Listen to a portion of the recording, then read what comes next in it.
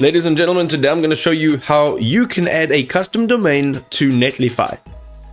Alright, ladies and gentlemen, so the first thing we need to do is jump into our Netlify app and select the site that we'd like to connect our domain to. Navigate to domain management in the sidebar and then click add a domain and add a domain you already own, right? So you'll have to already own this domain. You're going to need to enter your custom domain. So this will be the actual site. So whatever your website name is .com, and then click on verify and then click on add domain.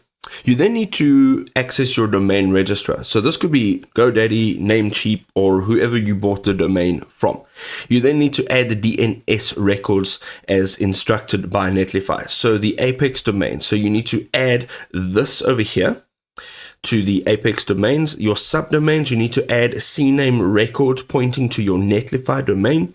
You then need to save the changes for your DNS propagation, and this could take up to 48 hours.